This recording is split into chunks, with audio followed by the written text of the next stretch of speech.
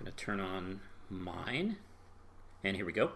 All right, so let's give it a 1, 2, 3 count. I'm going to say 1, you're going to say 2, I'm going to say 3, and pause, and then we get into it. You ready? All set. Okay.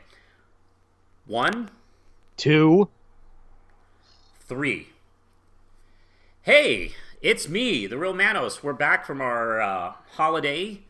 I decided to take some time off. This was a very stressful COVID Christmas that we had, and I just needed to not record and not do some YouTube for a minute. So I hope you can forgive me, but we're back now, and I'm going to do my annual countdown of the comic books I read. And normally I do this show for the last couple of years with Ian over at Geeky Gentleman. But he was not able to do the show this year with me, so I asked for my good friend, Mr. Multiverse. Say hi, Mr. Multiverse. Hi, Mr. Multiverse. Oh, wait. So, yeah, I've asked you to join me on the show this year, and thank you so much, by the way, before we get going. I think I asked you a couple weeks ago to do this. I really appreciate that. Yeah, no problem. And as always, thanks for thinking of me. No problem. So, yeah, this week marks me being back. I'm doing some new videos. So, if there's anything you want to see me talk about, please let me know. And I have a Kickstarter for Red Knight 5 coming up. It probably might be going when I premiere this video. So, keep an eye out for that. All right. And of course, I should say, you can catch my friend here on his YouTube channel, Mr. Multiverse. Anything you want to plug about your channel? No. I always feel like, hey, just come watch my channel. Help me survive the algorithm. We're all struggling here. Yeah, that's true. That's good enough, I think. I've seen people 5,000 times bigger than me bitch about the algorithm. It's like, oh my god, like, what are they going through? They're so much bigger than me. All right, so hey, let's get going. And as you may know, if you've been watching my channel for a while, I like to run down my top 10 favorite single issues of comics of the year, or as the kids call them these days, floppies. And not so much the story arcs or titles. I like to talk about individual single issues, and they can be representative of the title, of the arc, whatever. But it's my rule of thumb is issues that when I put them down, I was like, man, I'm glad I read comics. That was really good. And these are 10 of them from both me and Mr. Multiverse. So normally I like to let my guest go first, so if you don't mind, I'd like to hear your number 10. My number 10 is, you see, it was kind of hard to put this list together because I was really trying not to make it just Hulk and Daredevil issues. I could have done a Daredevil countdown and just fucked the entire, like, everything else I read. Because Manos will agree with me. Chip Zdarsky's Daredevil and Al Ewing's Immortal Hulk are the best titles at Marvel and some of the best comics out. Yes, those are facts. Yeah. And as a Hulk fan, it just does my heart good to see Hulk as a major outseller for Marvel. Yeah, Hulk is really interesting, is it? Like it like comes and goes in popularity. Yeah. Let's see, which issue, I assume... No, well, he's later on down the line, so... Okay, gotcha. I was just saying, like, I didn't want to make this a Hulk and Daredevil list. It could have been. It could have been, for the holidays, could have been green and red. Yeah, exactly. But my first issue on here is a Marvel book, and from probably my favorite writer at Marvel right now, Donny Cates, and that is Thor number 6. Oh wow! Now I didn't read Thor number 6. What goes on in this issue? This is the issue where Thor and Galactus encounter the Black Winter, and Thor is at this point. Thor is like souped up. He's now got the Odin Force and the Power Cosmic, and the Black Winter has just revealed, "Hey, Galactus was my former herald. I want him back." And the fight is amazing, and Thor is clearly like, with all this power, he's clearly encountering a force he just cannot beat. And I love just the mental breakdown he's having. And do you mind if I spoil the issue? No, but hey, if you're listening at home, cut to, I don't know, a couple minutes down the line. Yeah. But let's go ahead. Let's do it. So when Thor kills Galactus, Thor has murdered Galactus and used him as a bomb to blow up the Black Winter. And I love the paneling of it where Thor holds what he thinks is like the last piece of the Black Winter, and he's like, the Black Winter says, "You've won nothing." And the Black Winter says, "I'm not even the worst thing that's going to happen to you. Do you want to see what your universe is going to become?" And it pretty much, like, this issue basically cements Donny Cates' run from here on out. Like, this is the story we're telling. Because at first it was like, okay, we're fighting the Black Winter. Oh, that's where we're going. And Thor basically, they tease not up until the end of, like, what did he see at the end, and what he saw was Thanos with an Infinity Mjolnir, a black Infinity Gauntlet, and an army of Marvel zombies at the end of the universe. I've been hearing so many good things about Donny Cates' run on Thor, and I think it disproves something. There's kind of a myth of when someone has a great epic run on a character, then, oh, well, there's no following up. I hate to be that guy following up, this person. In this case, what Jason Aaron has done with Thor over the years. It's like considered, one of the great runs, specifically with Thor. But people gush about that for the last, I don't know what, 10 years or something like that. So it's like, oh no, I hate to follow Jason Aaron, and then it seems like Donny Cates is doing just fine. Yeah. Well, Donny Cates. Donny Cates, excuse me. Yeah. But that, as you can tell, I don't read the book. Yeah. Donny Cates has been, like, he has definitely been one of the major, like, breakout stars. Like, it's amazing how fast he just broke out of the gate when he went to go work for Marvel. I actually me and Chris Mount Vernon Kid got to meet him at MegaCon last year. He was awesome.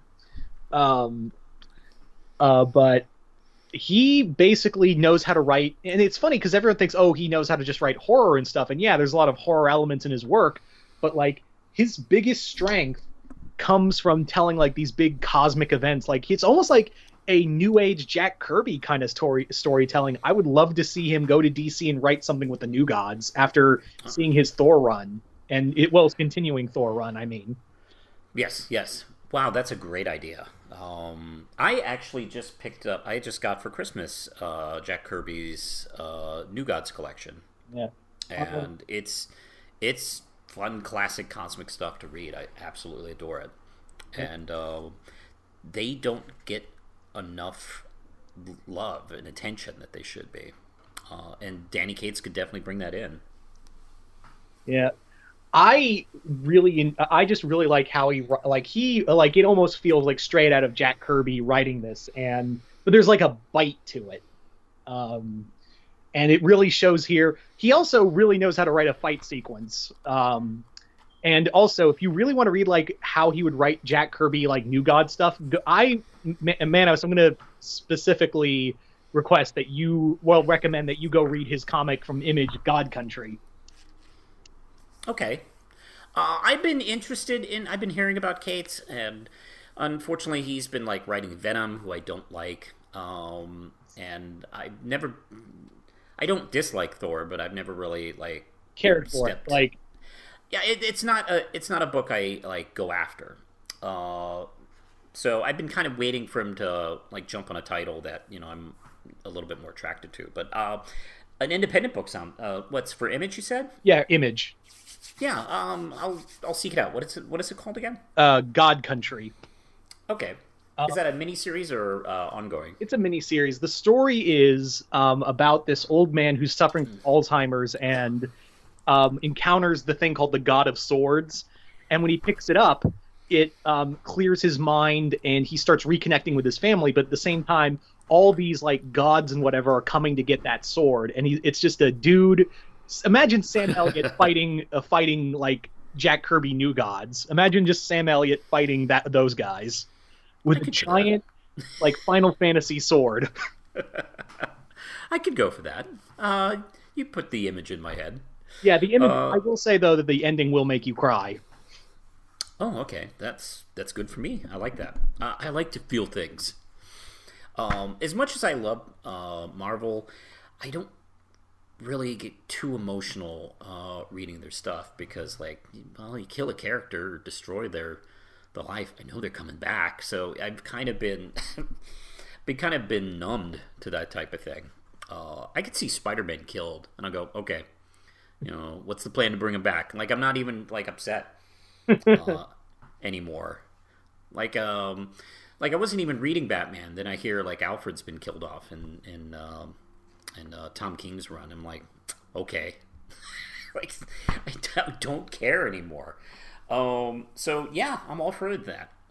So with that said, I'm gonna move on to my number 10, and I think it couldn't be any further, even though it is from a Marvel book. It is The Amazing Mary Jane, number 1. Ooh, that's a really good choice. Thank you. It's from Leah Williams and Carlos Gomez. And I don't know if I talk about this enough, but I love Mary Jane Watson, Parker, however you want to call her. She's one of my favorite Marvel characters. Forget hero or villain or supporting character. I think she's awesome. And there's a lot of great potential this character has that I don't think it's used enough, and this miniseries really has a bit of fun.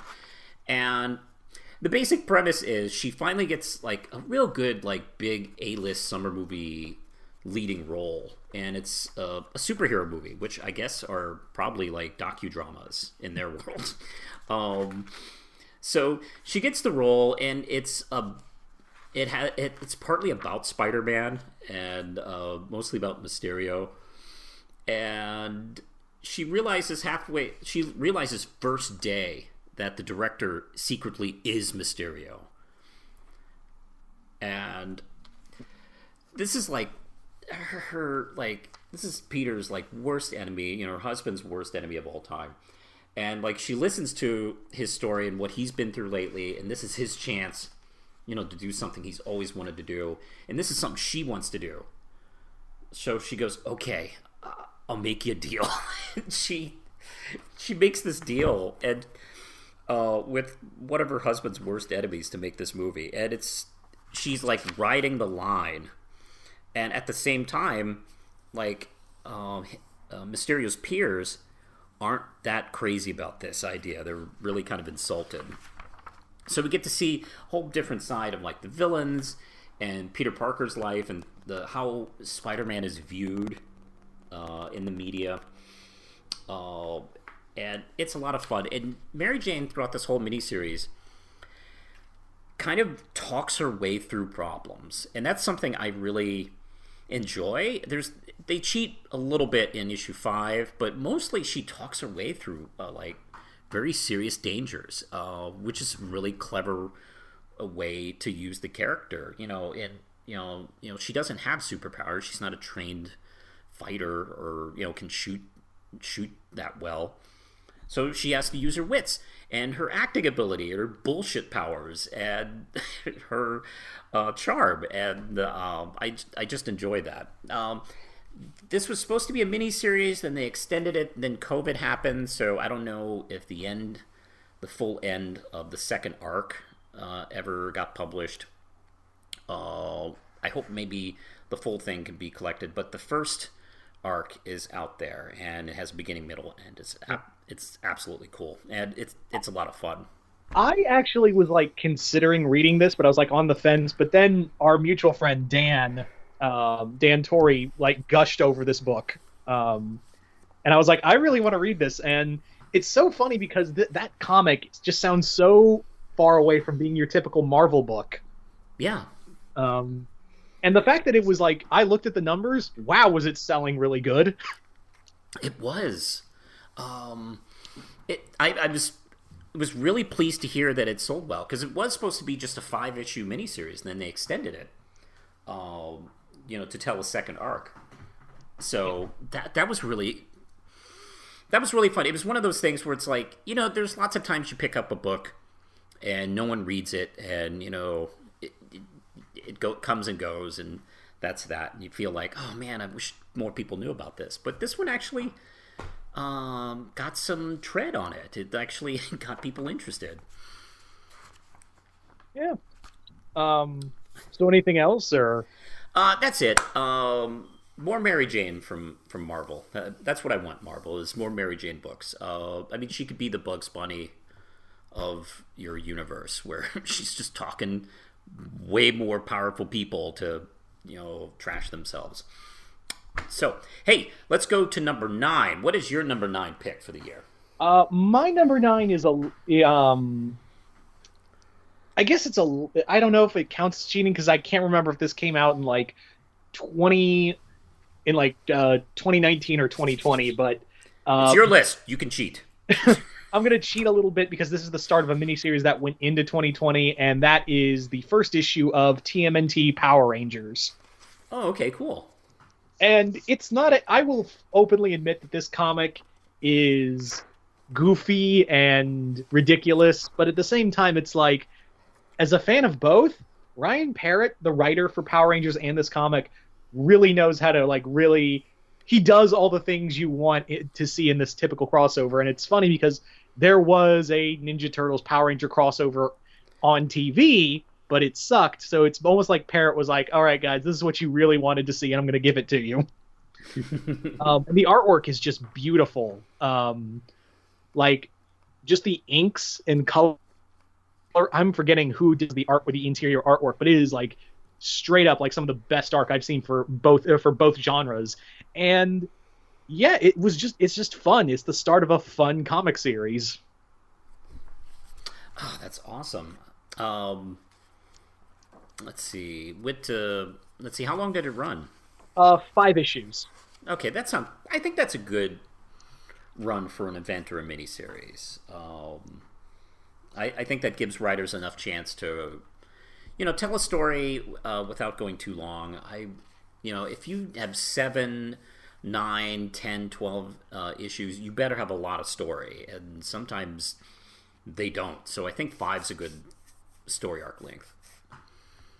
All right. Hey, I'm going to go to a one-shot I have, and speaking of events, as I just said, it's connected to an event. And my number 9 is the Immortal She-Hulk. Hey, that's actually my number. What are we on? 8. Yeah, 8. So 8. Oh, no kidding. Oh, this your oh, cool. This is your next one? Yeah. So I guess we can just talk about it now. Yeah. Okay. Great. And let's see. For those of you who didn't read Empire, I don't have any issues of Empire on this list. It just didn't make it. I really did enjoy the Empire arc. It was like a big, dumb, fun summer movie, and I had a lot of fun with it. And one of the things that happened in it was She-Hulk is allegedly killed during the middle of it, and a really cool plot twist, by the way. And you're left wondering, wait, is she still dead? What's going on? And this explains. This is from Al Ewing, who co-wrote the event and has been writing Immortal Hulk. So, from what I understand, I haven't been reading the Hulk series. I know it's great, but I just haven't been reading it. One of the things I do know is there's a question is, well, how does She-Hulk fit into this? Because from what I understand, the Immortal Hulk series hasn't really touched on how this whole Green Door thing affects her. And oh, by the way, this is John Davis Hunt is the artist with Al Ewing writing, and it's the three deaths of Jennifer Walters, and it goes right into that. Like she's come back after the Empire event, and I love the conversation she has with characters that have died and have come back. Like she has this really cool conversation with Wolverine, and Wolverine is pretty much like taking it as it goes. It's like, look, I got killed. I woke up. I'm okay. All right. That's life. And, you mentioned to me the spoiler about Thor and Galactus, but that's covered here where Thor has some words about it. And we also get to see a flashback to Civil War II where Jen, I guess, was in her subconscious. She, kind of picked up a conversation Captain Marvel and Iron Man have over her bed.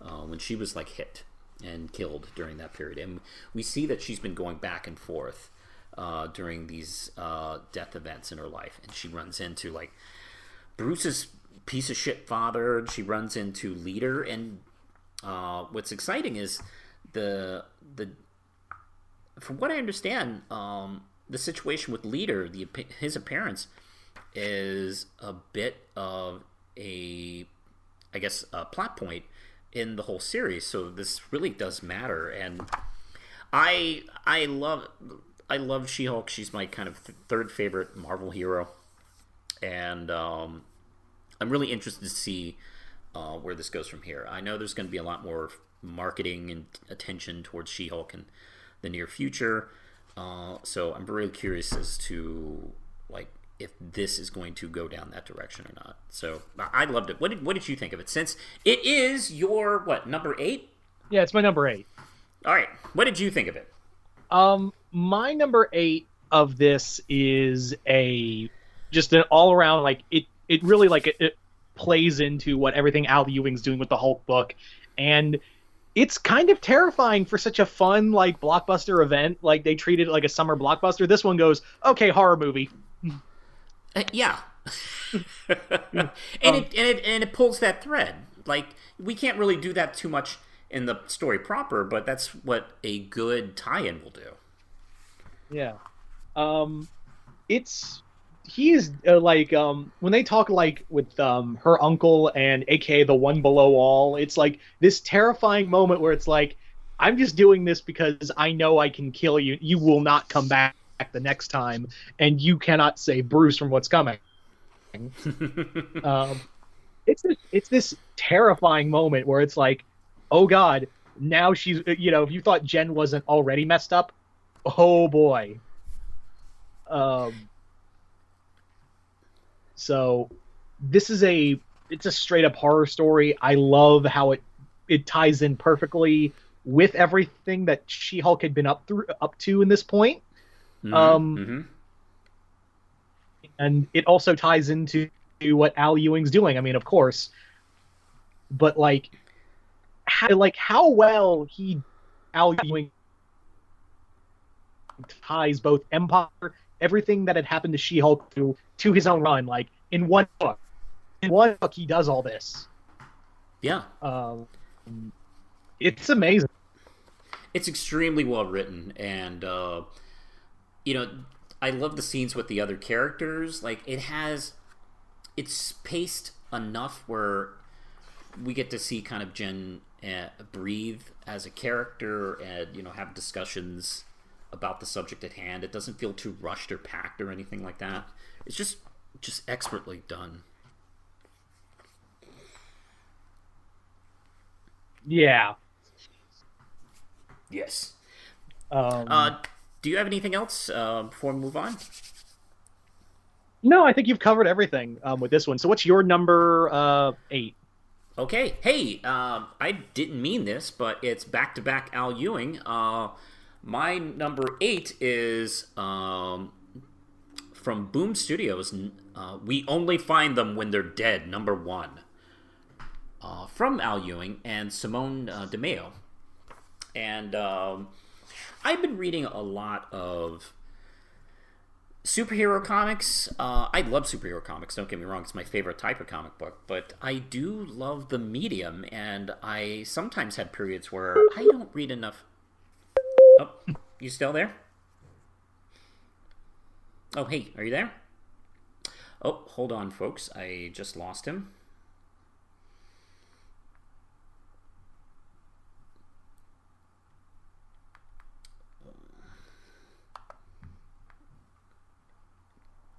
Excuse me for a second. I just lost my buddy here. Let me bring him back.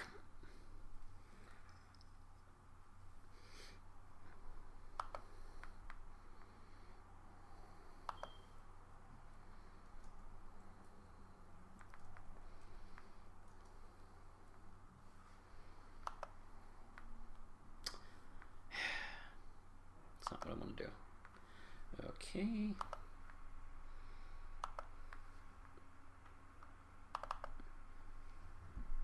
What is this?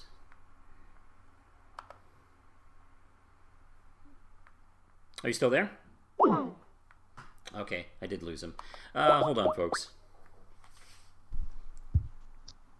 Hello? Hey, you're still there? Yeah, I'm still here. I actually could hear you, but I guess you just it just wasn't letting me speak to you. Oh, okay. Damn. Damn Skype. All right. Good. I'm actually glad I did not stop recording. I almost did for a second. But I'm not as technically minded to do that and edit them back together. So you folks at home, you're just going to have to deal with the fact that we had some dead air. So, hey, I was talking to, how much, oh, so you heard me talk about the start of the issue. We only find them when they're dead. This is a really interesting book. It's a science fiction story, and it takes place in about maybe a couple hundred years, not too far away, like 2323, and it's got such a provocative title.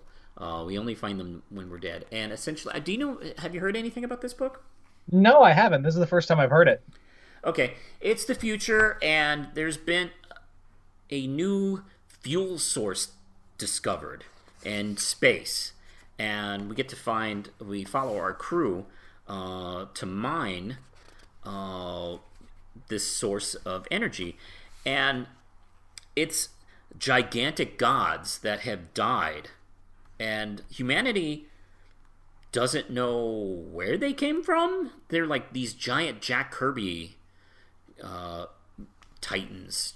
They're dead. They're just floating in space, dead. And they've started mining them. They're like almost like the size of Manhattan. Just gigantic beings.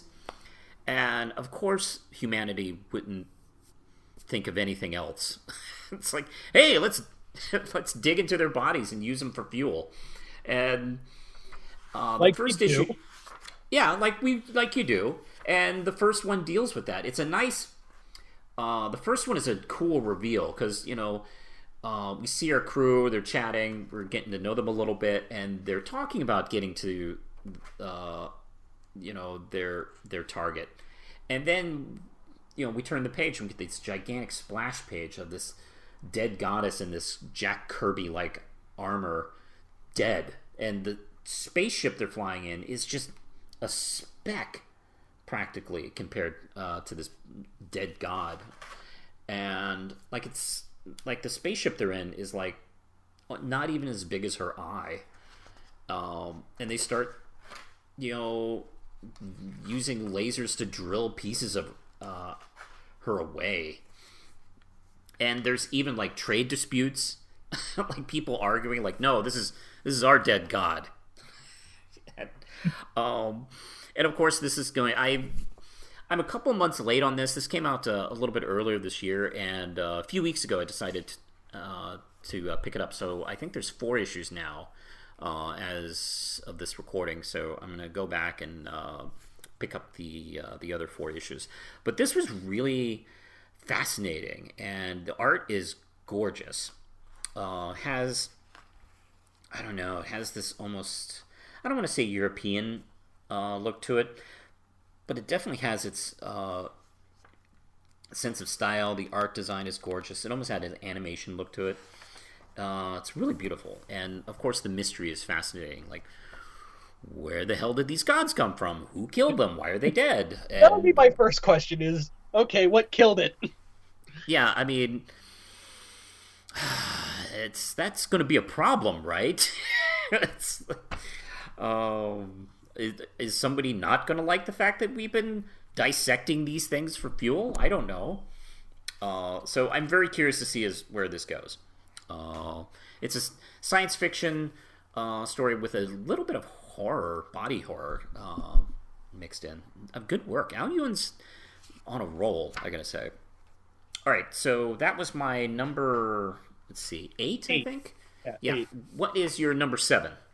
My number 7, you know what we need more of on this list? What's that? We need some more Donny Cates. Oh, yeah, here we go. Let's pack them in. So my number 7 is the start of the event King in Black, number 1. Here we go. So King in Black has been an event that he's been building to since the start of his run, essentially, with his new creation, Null, God of the Symbiotes. And you may think, and Manos is already like rolling his eyes. I can't see it, but I can already feel the eye roll. But Null, like, here's the thing about Cates is that he has like a monochrome of respect as a writer, so he knows when and where to use this character. And when he kept building up Null properly, and essentially when we finally get to see Null and what he's all about in King in Black number 1, it's treated like, oh shit, this guy is powerful. Like, I also love how the Avengers like when Null comes down because he's got like symbiote created Celestials. And he comes down, he's like, hello, I am Null and I am here to kill your world. That's all you need to know. It's nice to have a general enjoy simplicity. Yeah, that's all you need to know. And I love the back and forth because Captain America, like, this event does something logical where it's like, why not just send one of the bigger guns like Hulk or Thor to go attack the problem first? And they send the Sentry to go deal with Null. Oh God. And Null proceeds to rip him in half like he did to Carnage in Bendis's run, and then absorbs the void inside of him, and he's like, oh nice, we've just doubled his power. That'll happen. He also ripped Ares in half too, from what I remember. It's funny too because how Sentry's ripped in half is exactly the same image. It's in the exact same pose of when he ripped Ares in half in Siege. Fantastic. Yeah. I still remember that moment. Because, I didn't have any love for either one of those characters. And even I was shocked when that happened. Yeah. And it sucks, too, because Jeff Lemire put a lot of work in his, like, Sentry miniseries. But I guess at the same time, if you want to show how badass your character is, but you don't want to ruin, like, what Ewing or what you're doing right now, and because Cates is still writing Thor at the time. Yeah. And basically, he's like, it's almost like I feel like Cates had a moment of, oh man, I want to show how badass my new creation is, but I don't know what to use him for, how to show that. Oh wait, I know. I'll kill literally the most hated character in Marvel Comics. And also one of the most powerful. Yeah. That's an old prison rule, to show how tough you are. Walk in, take out the toughest guy in the room. But like at the same time, he had Celestials he killed, and I'm like, that's proof enough you don't want to mess with this guy when he has Celestials he killed resurrected through symbiotes. That's true. And then to add insult to injury, he symbiotifies everyone there. And it leaves on such a note because there's a moment in here where after Null like blocks out the sun, he literally covers the planet in symbiotes. There's a scene because the X-Men show up to help because of of course. Yes. And Storm is just fighting all by herself. She's just blasting symbiotes left and right, and Null looks at her and goes, hello, little light maker. It's time to snuff you out. And just takes out forms this giant symbiote hand and just crushes her like a bug. Ooh. And don't worry, she's not dead. I already heard like I was expecting a son of a bitch moment from you. No one stays dead forever, so I'm sure they're fine. Yeah, but I love it, like, because it just leaves on such a note, because he then ends the comic with grabbing Eddie, and he's like, because Eddie the whole time, Null is like, I'm looking for Brock, where's the one called Brock? And Eddie's like, here I am, Null. And he rips the Venom symbiote out of him and goes, did you really think I was talking about you, Eddie? I was talking about your son. And then just throws him to his death. Yeah, for those who don't know, you probably don't know, but Eddie does have a son he found out about earlier in Cates' run. Yeah, I heard about that. Yeah. So it just leaves on such a, like, holy shit moment. Like, it's such a kick to the balls issue. Like, here's Null. He's not a bitch.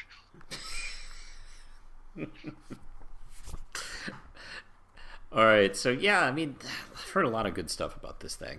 So, not surprised to see it on the list.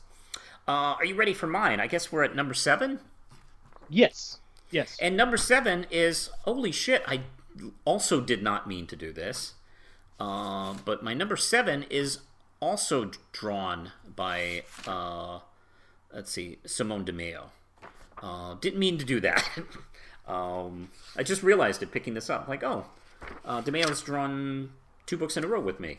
I'm talking about Champions number 1. And I didn't mean to put on so many number 1s on this list. I specifically wanted to avoid that. And damn it, there's a whole bunch. This is from E-Viewing. No relation to Al Ewing, by the way. It's just a coincidence. And Simone DeMeo is on the art on this one. And Outlawed is one of those... It was pitched as kind of an event, but it's more of a story arc with Champions as they bring the book back. And they had a Outlawed one-shot, and then COVID hit and kind of shut everything down. As well as, like, both Marvel and DC and everybody had to kind of recalculate for what they were going to release. So the next book in this story arc was delayed, like, I don't know, a couple months. And we were left with a cliffhanger.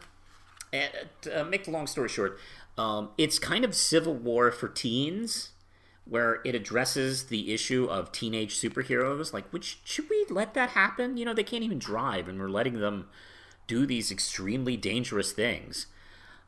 And you can't buy beer, but you can sure as shit go fight Galactus. That's true. Yeah. It is a legitimate question. Like, is that not cool? Like, is there something kind of immoral about that? The Champions are protecting this environmental advocate who has been targeted by Raxxon. And they send, like, a supervillain army and a fucking dragon because they're Raxxon. The killer, and while the Champions are fighting all these things, Kamala Khan, who is Miss Marvel, she's in her regular identity, and she's dragging her to safety, and then Vision goes too far and kind of blows herself up, taking out the dragon, but it also takes a building down and brings it down on top of Kamala and the advocate she's protecting. But Kamala is put into she saves her, but Kamala's put into a coma, and the news media goes nuts. They start blaming the teen heroes, not the evil corporation that tried to murder a child for no reason. Oh no, because that's how they make their money. Who's funding the exactly, and they very quickly pass a law making it illegal for teenage superheroes. You can't, like, forget the Registration Act from Civil War. You just can't be a superhero if you're a teenager. And they even created a small army called it's one of those acronym names. I don't know what it's for, but it spells Cradle, which is not at all demeaning or insulting. And and they do it in the name of Kamala Khan. They call it Kamala's Law. And at the end of that one shot, she's in a coma while they're doing all this stuff in her name, and they're going, man, we can't find this Miss Marvel anywhere. Yeah, and I remember that issue because Nova, Alexander, I'm forgetting his last name, but yeah, Sam Alexander. Yeah, Alex. Excuse me. Yeah, Sam Alexander. He comes up and says, for a government that says we're all about the kids, you sure know how to, know how to stop us from wanting to do anything to help change the world. Yeah, they're really good at it, aren't they? They put all these resources. I also like how we're blatantly calling out Mitch McConnell of all people, which it feels better. Especially what happened yesterday to Turtle Boy. No kidding. So anyway, issue 1, that's only just the setup for talking about issue 1. Issue 1 deals with the fallout. Kamala has been in a coma. Meanwhile, Cradle is trying to round up some teenage superheroes. They picked up a few, and the public is a little split on this, which is interesting. And I think so far this has actually been better handled with more maturity on this issue and how it relates to the real world than Civil War did. Civil War kind of did a dumb version of that. This actually, Justin, are you saying that the guy who wrote Trouble doesn't know how to write political driven comics? Shocking. I know. E-viewing is a lot better at it. And the champions get together and have a secret meeting, and then they're suddenly attacked out of nowhere. By the way, Kamala has woken up, and she has been doing virtual. She can't get out of her hospital bed, so she's been putting on her mask and doing these kind of virtual announcements she's done on social media and meeting with the group where people have been asking where are you, Miss Marvel, and shit like that. And while they're doing this meeting, they're attacked by Cradle. Some escape and some are captured. The Wasp is captured. A couple of names get captured during that fight. And then at the end of the issue, we find out that the one who sold them out was Vision. She's not dead, and she just ratted out the rest of the others. And that's our cliffhanger for that issue. This has been excellent so far, and I don't hear too many people talking about the current Champions run, and that's a real shame. I think it's a fantastic book so far. The art, DeMeo, I've never seen them before, but the art is gorgeous, especially issue 1. It's just beautiful. And since then, it's been kind of a chase story. The government forces are kind of chasing down the champions as they're regrouping, and the most recent issue was fantastic. Wasn't it Cyclops just comes in and says, "Hey, they're under the protection of Krakoa now." Comes in like a goddamn boss. He basically Scott Summers basically takes his dick out and smacks the U.S. government with it. Yeah, because hey, he was a member of the Champions.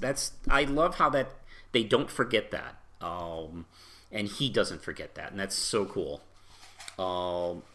So if you're not reading Champions, you should go back, pick up Outlawed #1 and the Champions #1 from then on. Really good stuff. I went with Champions #1 instead of the Outlawed book because I think it gets things going a little bit more solid. It just made a bigger impression to me. But boy, this whole Outlawed run is really good. All right, so next up, what is your number 6 issue? My number 6. So my number 6 is Daredevil #1. Yeah. Or was that 2019? Was that 2019 or? Yeah, that was 2019 actually. Shit, I'm sorry. It just felt like 2020 got me fucked up on timeline because of the break with comics. Oh, it did. Oh my god. Yes, it did. Yeah. I apologize, but I guess for substitute, I'll go back to Donny Cates again with Thor #9. Okay, great. There's a save. There, saved it, nailed it. So Thor #9 for me is really cool because we deal with the story of where the hell has Donald Blake been, and again like Cates shows that he can write like cool New God stuff, and he basically, like, for those who don't know, Donald Blake has basically been in like because he's part of Thor, so him and Thor would switch out, and whenever Thor wasn't using Donald Blake, he was in this like fantasy world that was perfect and right. But the thing is, Donald Blake was aware that this was all fake and became self-aware and literally murdered everyone in this little town that Odin had created for him. And like he killed the world serpent and made an armor out of its flesh. And since he's a doctor, the scary thing is he knows how to hurt someone like to a point. Like he spent ages training himself to fight gods, and he uses like his medical expertise to know how to hurt them. Like when he's fighting Volstagg, he's like, "Oh, I see that you haven't had a drink in a while, Volstagg." Like he digs the mental knife into Volstagg and then gets him when he's weak. And he's terrifying. Like he's made Donald Blake this throwaway, like former. It's basically like if Clark Kent fought Superman, but on a so much fucked up more level. I heard about this. I heard that Cates was using Donald Blake as a villain. I found that like a fascinating idea, and it would make sense because he was not like Thor in disguise. Like he was a guy that was sharing a body with Thor, and yeah, you can see why that would probably go into some bad directions. Yeah. It's it's the start of a new storyline, and it's terrifying, and Thor is still fucked up from everything he saw in issue 6. He's like just out of it. Like he is like this is the last thing he needs after seeing the vision the Black Winter gave him, and like he's like, I can't beat you, I can't fight Donald Blake right now. And the other thing is, Donald Blake's like, I know that I couldn't beat you on a good day, so I'm gonna be like, peace. So at the end of it, he traps Thor in his dream realm that he was left there, basically stranding Thor while he's out invading Asgard. Yeah. Oh god. Yeah. It's a straight up horror book with gods, and Cates is so good at weaving these kind of like straight up horror stories with like just this kind of Jack Kirby-esque storytelling. I don't know how he does it. That's wonderful. That sounds really good. All right, let's see. I think I'm ready. This is my number, 10, 9, 8, 7, 6. This is my 6th issue. And this one was a pleasant surprise for me. It is Spider-Woman #1 from Carla Pacheco and Pierre Perez. And I love Spider-Woman Jessica Drew. You will get me in the door when she has a new series. I'll at least pick up the first issue, and maybe a couple issues. Sometimes I stick around, sometimes I don't. And this one came around. It's like, okay, let me check it out. I did not like the new costume they were using as a promotion. There's something about I like the reversal of her colors, where it's mostly black with some red. But there's something about the fact that they use Spider-Man's arm design on her shoulders, and it looks like she's wearing Spider-Man's costume on backwards. It's just like a weird... I don't know. I really can't get into the costume, but with that said, this is a really good book. It starts with something very typical. Jessica Drew, has a baby. She's trying to like make money. She's really broke, and she takes this security job for a rich guy for his daughter's 16th birthday on a yacht. And, it's that kind of crap you'd expect. And then they're suddenly attacked by these super terrorists. And of course, there's this wonderful sequence. The whole issue is this really cool fight of her taking them out and things getting more serious, and she's kind of like turning things around. You get this scene where she uses the daughter's birthday present of a sports car, like, to ram a bunch of them. And the terrorists try to take her, and the girl is in a wheelchair. She can't move, and these stupid idiots didn't even think about that. Like, they're dragging her. This poor girl, who, by the way, is set up as kind of like a brat at first, and then you very emotionally get attached to her because you see, like, this poor girl is just, like, just being dragged around by these terrorists. And then at the end, she, like, very much, like, gets worried and cares for Jessica, when after she takes them out, she just barfs up this disgusting goo that looks like that looks like the same glow from her Venom blast, and she, like, drops to the floor unconscious. And that's our cliffhanger for that. And then it goes back. I'm actually not sure why, but there's a backup story of how she got here, where it shows her struggling financially and taking the job where it's just like, sounds like beneath me, but let me get it. And the rich guy, sets her up with this costume place, literally like superhero costumes, to go get the new Spider-Woman costume. And then we get told that, like, the new costume has a bug in it, like, keeps track of her. So we have kind of two cliffhangers here. The art by there's two artists. There's a backup artist and the main artist. The art is just gorgeous. The pacing of this story is just wonderful. Jessica Drew is very likable as always. It really took me by surprise. It was a lot of fun, and I've kept up with it. And this is a very good book so far. I've been listening to other people catch on to it, so it does seem like it's grabbing some people. But I like this one so much, I definitely had to put it on my list for this year. Yeah, I'll have to check that out. Yeah, it goes this first story arc goes into some of her origin, and for those of you who don't know, Jessica has a crazy origin with a whole bunch of, like, political machinations going on with Hydra and the High Evolutionary, and it goes further back into that bullshit, and it's just nuts. Drew is basically the Donna Troy of Marvel. You don't know what her origin is anymore. Yeah, she and She-Hulk kind of had the same beginnings, where back in the 70s, Marvel was worried that someone was going to come up with the female versions of Hulk and Spider-Man, and if they did that, then they would be able to copyright those. Like, the studios who were making the Hulk and Spider-Man TV shows were kicking around the idea of doing spin-offs, with female leads. And if they did that, they would have owned those characters. And Marvel was like, well, fuck that, we'll do it. And, that's how She-Hulk and Spider-Woman were created. And it's so funny because that was a real shallow way to create characters, but they've lasted for so long.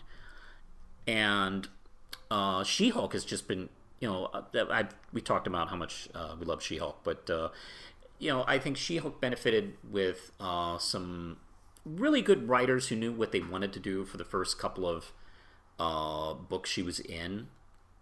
Like Avengers. Thank God she became part of the Avengers, because that helped her out. And then John Byrne with Fantastic Four, and that kind of solidified who she is. Jessica didn't have that same luxury.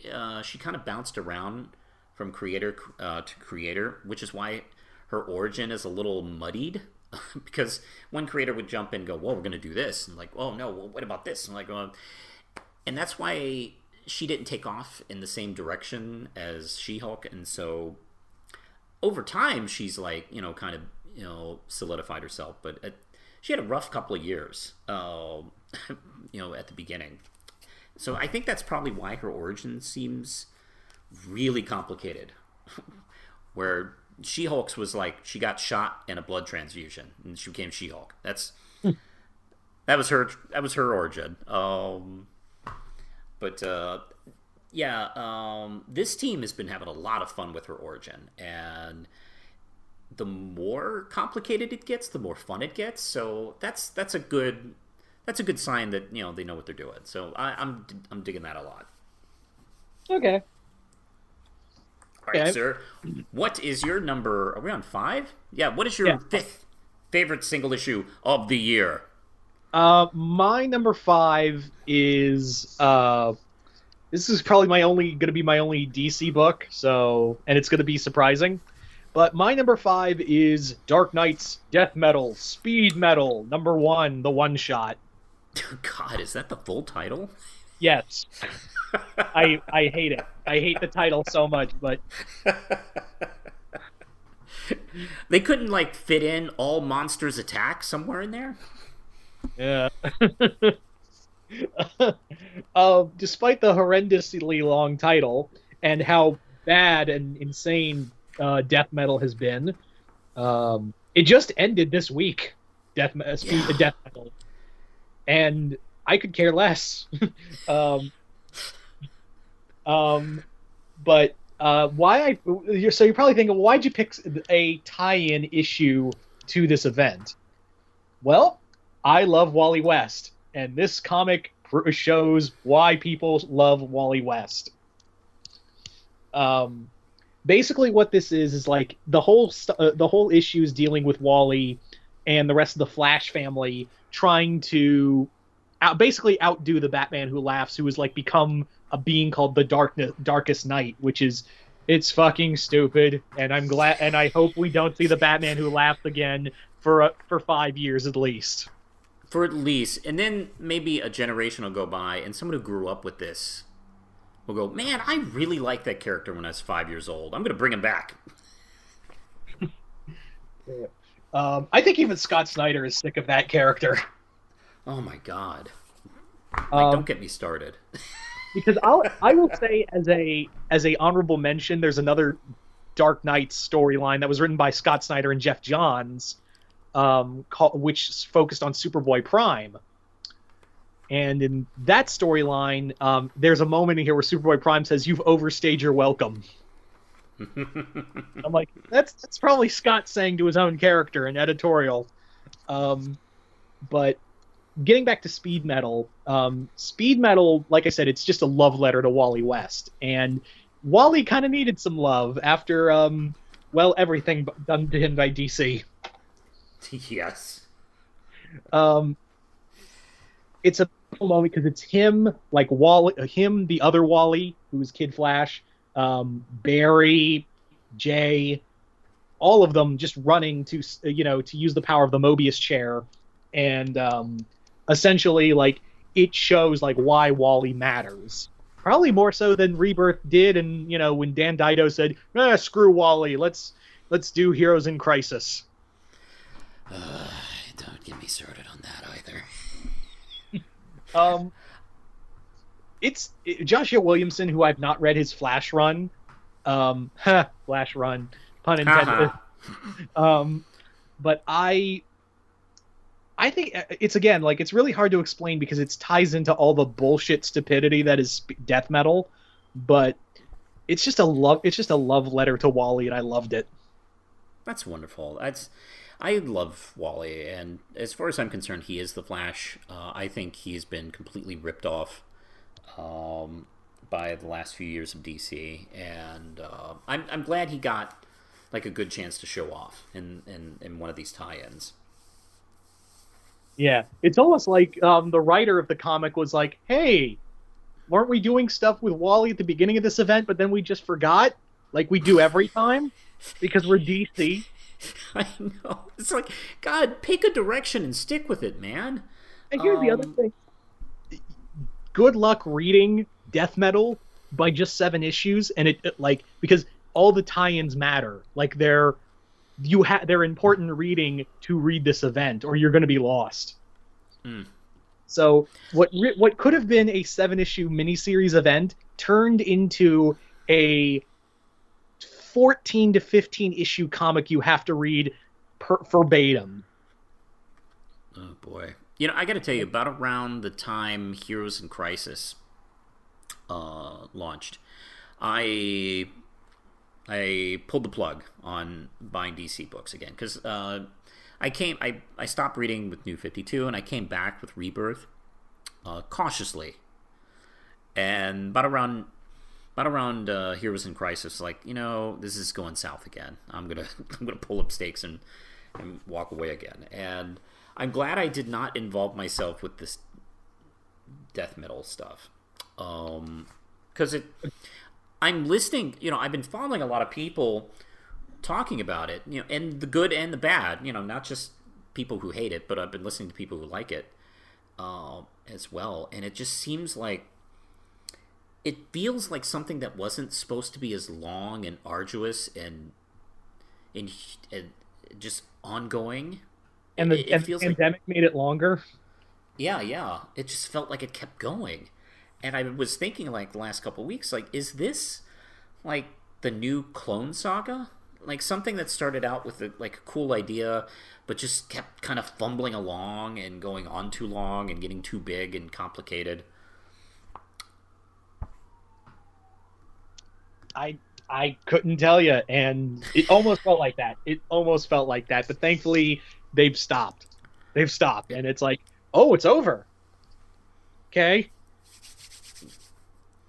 And now it's time for the future state. Then it'll be time for this other thing, and then this other thing. It's like, God, can we just have these characters have adventures? Do we have to keep rewriting, the rules, all the time?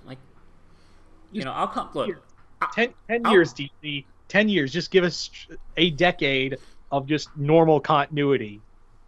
Yeah, you've done it before. The 90s was mostly normal continuity. And every 1990 to 2011 was normal continuity. Yeah, for the most part, with a couple of glitches here and there. But I mean, that's going to happen. They tried to have a continuity, and that was when DC, I think, was really the strongest. And I don't know. I'll come back once those guys figure out what they're doing. So you're never coming back to DC? That's correct. That's my cute little way of saying I'm never coming back. I'll watch your movies and shit like that, but your comics, it's just a mess. Yeah. Would it be all right if I just because I just couldn't place it on my list? You mind if I throw out a quick honorable mention from DC? Actually, hold on. Before we do the number ones, I want to talk some honorable mentions. So save it for that. Oh, okay. I didn't know if we were doing honorable mentions or not, so that's why I threw that out there. Okay. Glad you asked me. Remind me before we unleash our number ones. Right. Okay. So what's number 4 or number 5? Actually, no. Number 5. My number 5 is another book from Image, and it is Decorum from Jonathan Hickman, and let's see, Huddleston is doing the art. And I picked this up because I've been really digging on the way Jonathan Hickman puts together a story. With I dug his Avengers run, and I'm really loving his X-Men run. So I decided, this is his own original creation. Let me just jump in here. And Jonathan Hickman is doing what Jonathan Hickman does. He has these great cosmic worlds that we're kind of visiting, and he does something interesting, because a lot of people advise show don't tell, and Jonathan Hickman shows and tells. He'll through visual storytelling tell us about how some of these worlds have been colonizing other worlds, very similar to the way we've colonized on our own planet. And then we go to some of his then he pulls back through the galaxy a little bit, and then we get the stuff he puts out in his X-Men books, where we get to see graphics and maps explaining the world, which I know that goes against show don't tell, but it's kind of helpful to see how these worlds are put together. And they're broken up. the same way that he does with the X-Men books, which is pretty funny. It's like you can almost pretend this is just another world, and there's just a lot of like dense material here. And then we go to a simple story of this courier in this futuristic type of like city. Her name's Neha, and she's supposed to go like run this package over to a criminal, and we get to kind of follow her through this kind of weird cityscape and stuff like that. But by the time she gets there, he's having this meeting with this really badass woman, and they're threatening each other, and she turns out to be this character named Imogen Smith Morley, who's like an assassin. She takes out his henchman and kills the shit out of him, all while she's standing there, and then turns to her and says, "What are we gonna do with you?" And then the issue ends. So the series kind of follows the two of them so far, but there's it's that Hickman type of style of like it's within this bigger universe, and I keep hearing like how he's like very influenced by Dune, and I can definitely see that in his work, especially now that he has a chance to create his own thing outside of working at Marvel. And the art's really fascinating. It goes back and forth between like full color. We get to get some text here and there. We get to do some like maybe what looks like maybe computer imagery. And then mixtures of pages that are mostly black and white with single monochrome colors. It's just really interesting to look at, and I feel like it's like a nice, real piece of art. I dug it a lot. It's not my favorite comic, obviously, but it's. I always enjoy myself when I sit down with a Jonathan Hickman comic, and this is a big fat first issue too. You feel like you got your money's worth on this, and it's only $5 actually, and it feels like maybe 3 times the size of a normal book. Although granted, a few of those pages are graphs, but it's definitely something I was just kind of in awe in when I was picking up. So I knew that was going to be on my top 10 somewhere.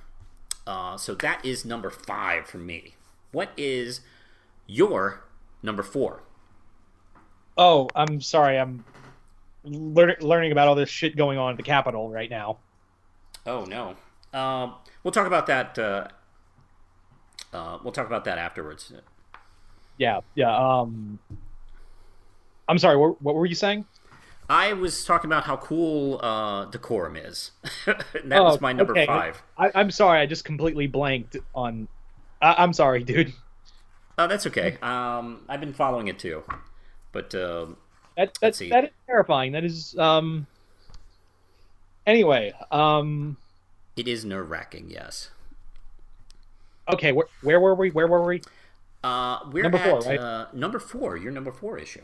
Okay. So, my number 4 of this event is another Marvel comic. I feel like I've been kind of like holding back for a while of like, oh, I can't wait to talk about other Al Ewing Hulk books. I'm like, fuck it, I got to do it now. Do it. So my number 4 is Immortal Hulk number 33. There we go. Yeah. This is like the end of a story arc dealing with Roxxon, which their leader Dario Agger, who is a Minotaur, and essentially Hulk's been waging war on him for the 99%. No, really, that's no, really. Like, yeah. Hulk is like, I'm going to smash the establishment. And basically, like, I was so close to putting the beginning of this issue of this story arc where Hulk he tells the world, I'm going to smash your establishment. What he does is take out Roxxon's version of Facebook and YouTube, and basically he, rather than have people like, oh, go online and rant about it, they come together and form like a group to rally behind the Hulk. Mm-hmm. Mm-hmm. But in this is the end of the story arc where Dario had gotten his own Hulk, the living Hulk, Zemnu, if you guys remember that character. Um, and Zemnu had basically mind altered the American populace through media. This sounds really close. And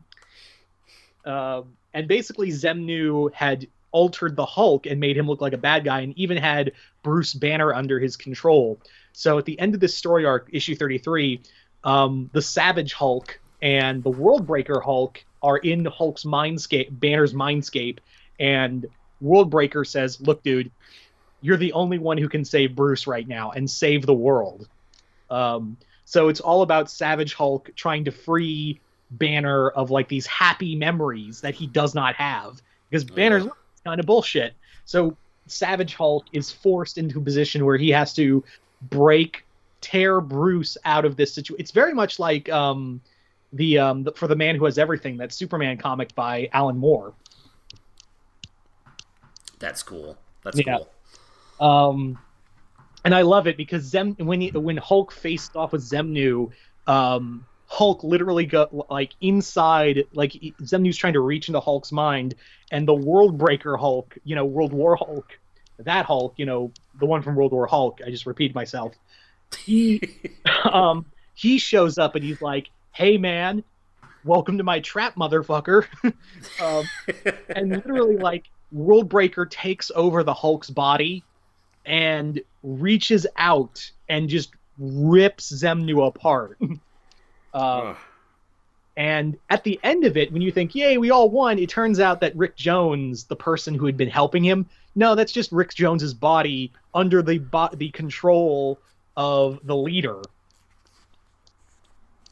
Oh, yeah. And it starts and it begins the leader story arc, which I kind of like. May or may not be on this list. Man, it's so amazing how he's been able to. I haven't been reading it, but I've been listening to people talk about it, and he just keeps delivering. Ewing keeps delivering on this series, and it's so exciting. It's amazing. Like, did you hear that Immortal Hulk had been outselling a majority of DC books? Yeah, that's amazing. That doesn't happen too much. Hulk is one of those mainstays, but doesn't always sell great. With these occasional periods, like, every once in a while, his sales will just spike. And right now we're at a spike, and they're doing really well. And that's because he's telling a story. He's telling a story that people are, like, getting fascinated with. He's not changing, like, continuity every 2 minutes. Marvel is letting him do the story he wants with this title. Yeah. And it's very much like this is like Peter David level writing. Yeah, I would probably say this is just more successful of a run than Peter David's. And Peter David had a huge successful run. It's funny, when Peter David got offered the job, he didn't want to take it because Hulk had become the book that nobody wanted, and you almost felt like you were being punished. Like, you've been a bad writer. You're going to work on Hulk for a while. Like, no! I don't know what to do with that. Like, no one did. And it's amazing how wonderful and versatile the characters become over the generation. Yeah. And again, it deals with a lot of that mind of, like, the Hulk's mental state that, Peter David had created, especially, like, dealing with the Devil Hulk. Oh, yeah. Oh, my God. I'm definitely going to have to just go back and start picking these books up and trade.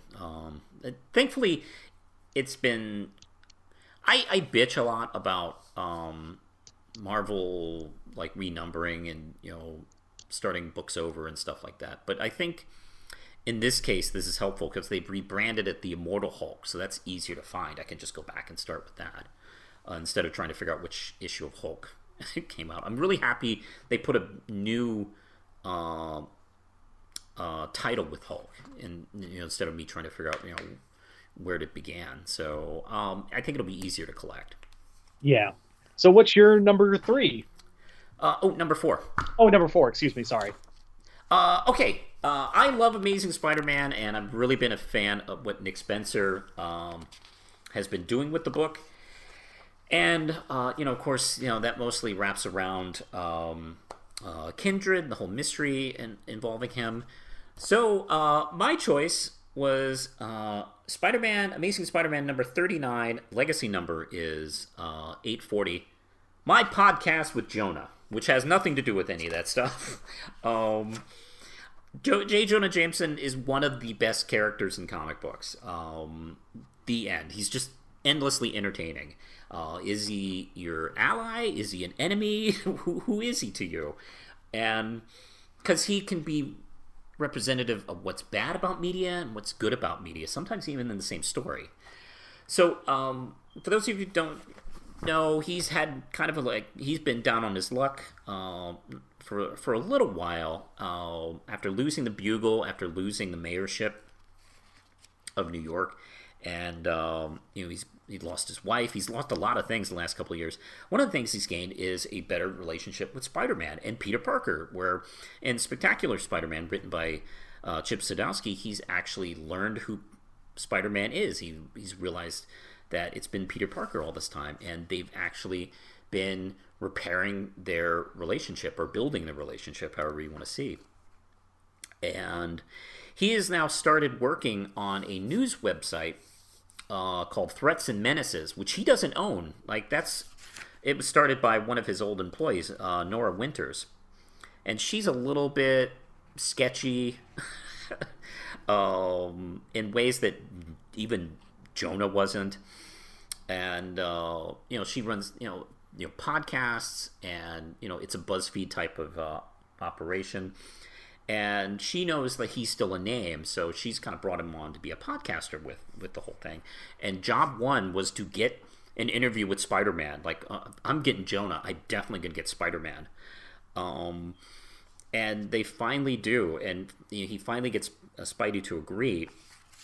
And the conversation starts kind of peacefully because they are kind of in a better place. And what's funny is they're going back and forth in the sound booth with Nora and her other people. And they're going, I don't know, this is going to be kind of boring. And she's like, wait for it. And then they start. Then, Jonah brings up some shit that Peter doesn't like. And, Peter throws it back in his face. And then they start arguing. And a legitimate laugh out loud moment was when she was literally popping champagne going, we did it. And, it's great. What I love about this argument that Jonah and Spider-Man have is it's not totally one-sided. I mean, Jonah did some shit over the years, but it also flies in the face of Peter, some of the sketchy stuff he's done over the years, all the fakey stuff he's done. And Jonah brings up the fact that hey, when I was attacking you in the media, did you ever come to me? Did you ever try to give me your side of the story? You never did. You always just attacked me or webbed just me. Just my mouth up and just swung off. Yeah, he never tried to talk to the Bugle about his side ever. And Jonah is keeping quiet, obviously, that he's Peter Parker, but he is saying the exact right things, all the stuff he did around. And Peter's, of course, thinking about all the times he faked photos and stuff like that, just to sell. It's wonderful because, early Spider-Man was back in the days when we didn't think about such questions in morality. We were just well, it's kind of cute and this kind of thing he has to do to keep his secret identity. And over the years, we've looked back and gone well, that's kind of a shitty thing to do. And that's one of the fun things about that. And so... Oh, yeah. By the way, a supervillain crashes the party at the end and starts attacking. And issue 2 of this 2-part story is a lot of fun. But to be honest, you could have scooped out the supervillain part and just had a whole one issue of them just arguing. It was just fantastic. Love this issue a lot. The Kindred stuff is really good. I've been enjoying the book as a whole. But, geez, get Peter Parker and Jonah in a room together, and that's all you need for good comic book art is just them arguing. It's great. So that's my number 4. What is your number 3? My number 3 is we're going right back to Immortal Hulk because I just couldn't, resist. It's so damn. Yeah. Immortal Hulk number 37. This is this is the middle point of leader who had just revealed himself, and he's now in Hulk's mindscape, and essentially he's like, I'm gonna take over his fucking body, and I'm gonna use it in accordance with the Green Door and all that. I know it sounds simple, but at the same time it's way more complex because the leader's like, look at all of this bullshit I have done, and it turns out you have just been you were just an angry child, Bruce. Like, I used to think that you were like some unstoppable creature, but no, it's just you throwing a temper tantrum. And I'm embarrassed by that.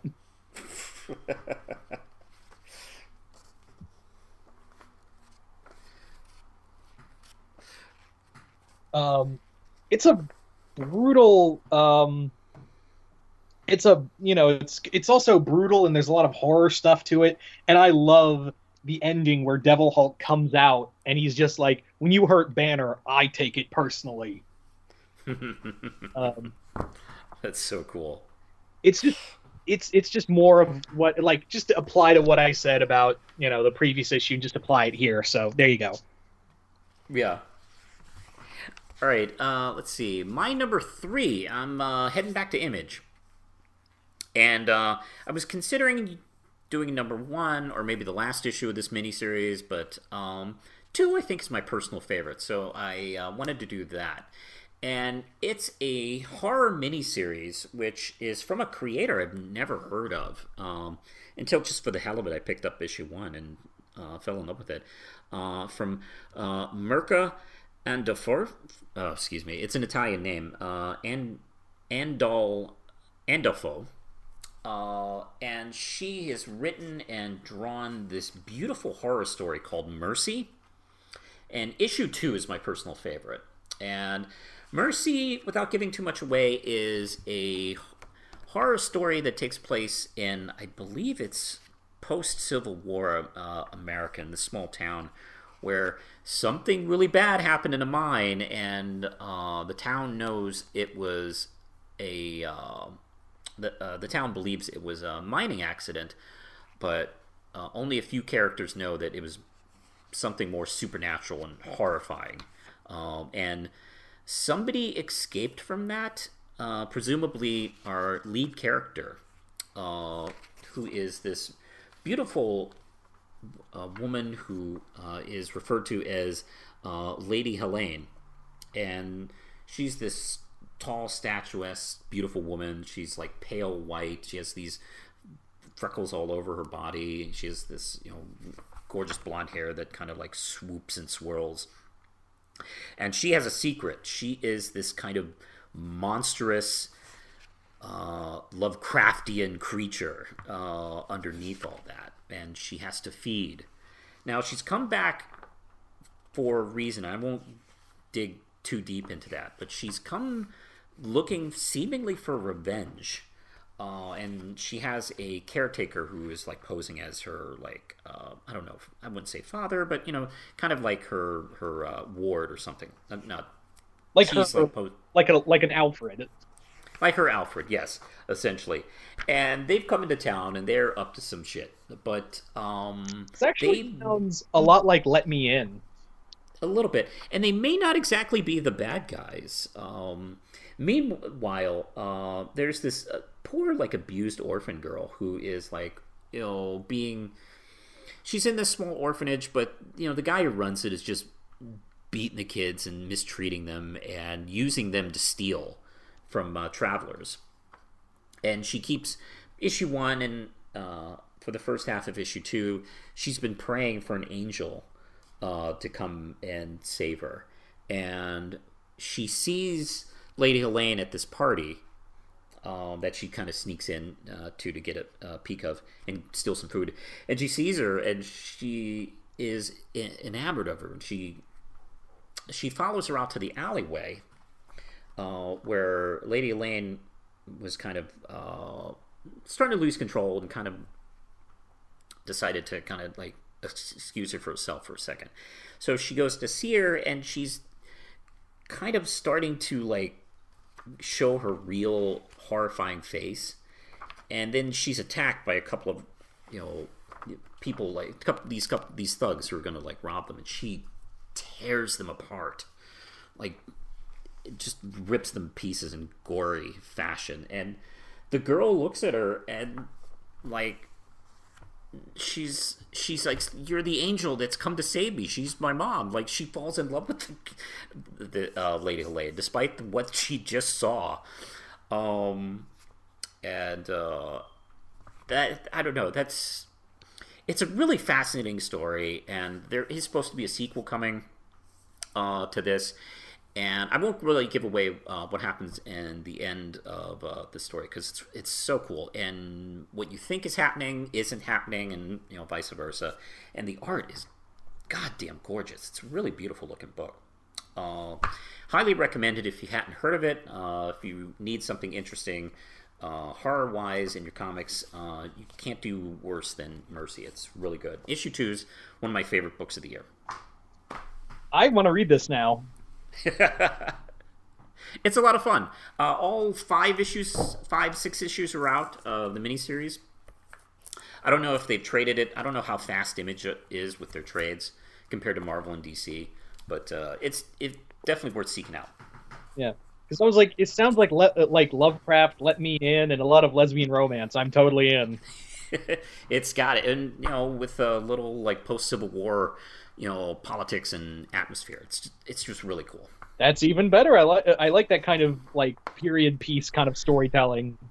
Yeah, it's really fun. Yeah, I really want to check this out now. Oh, thank you. All right, sir, what is your number 2 of 2020?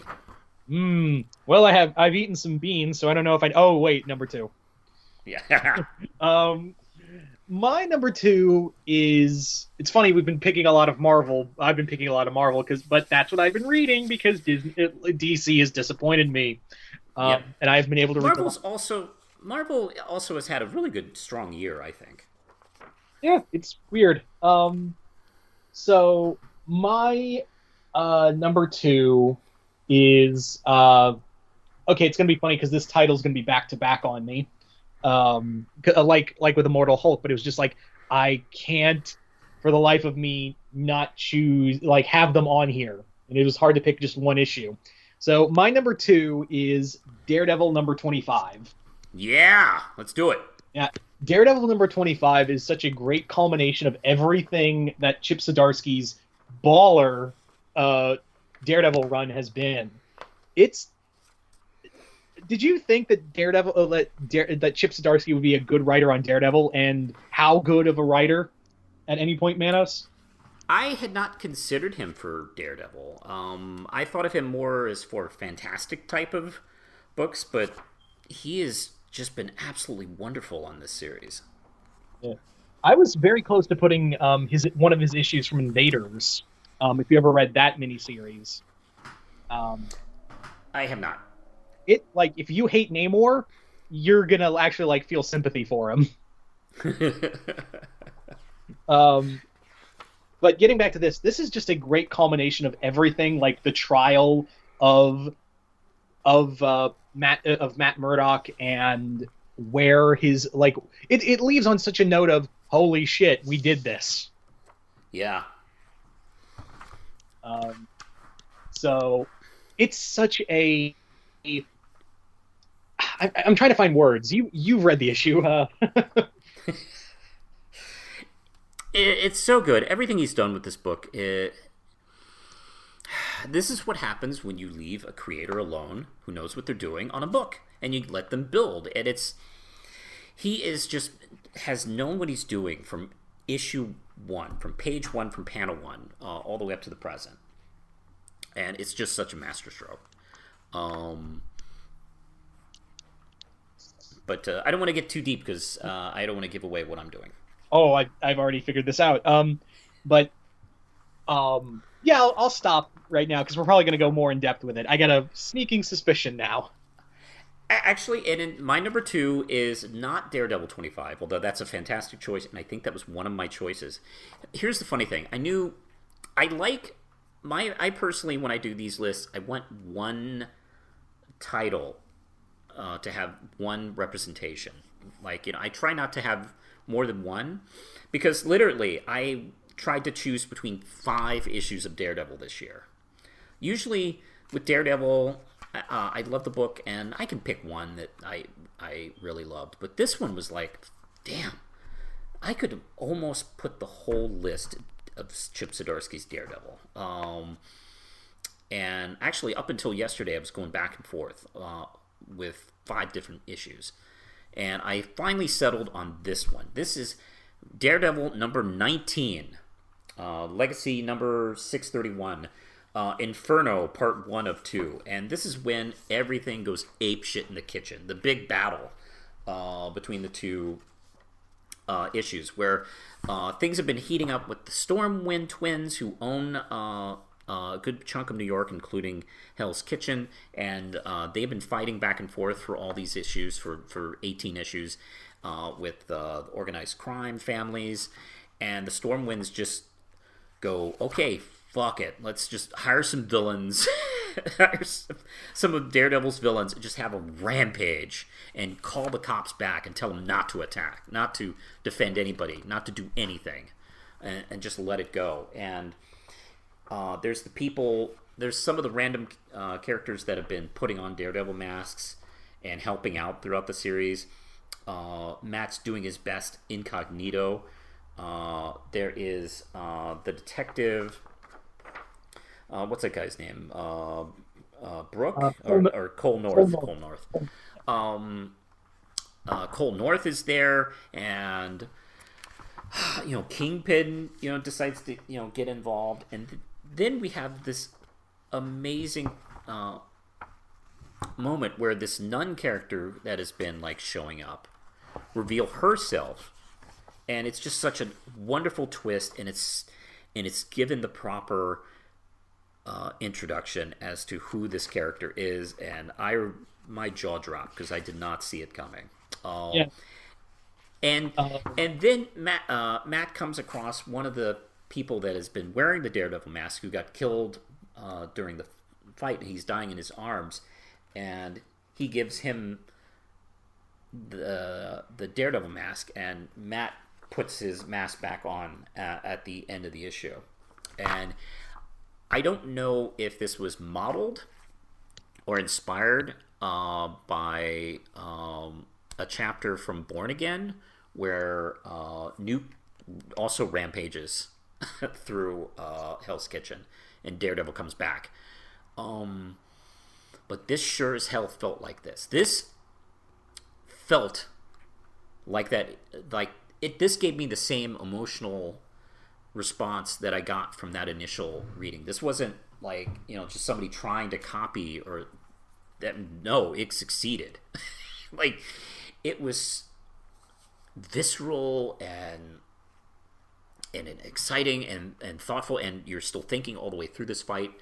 And part 2 is a wonderful payoff, but this one was just shit is going down. This type of issue, and I'm within the first year in this book, I put Zdarsky's Daredevil run right behind Miller, and I'll be honest, there are moments where I wonder how serious Zdarsky is challenging Miller as far as best run on Daredevil.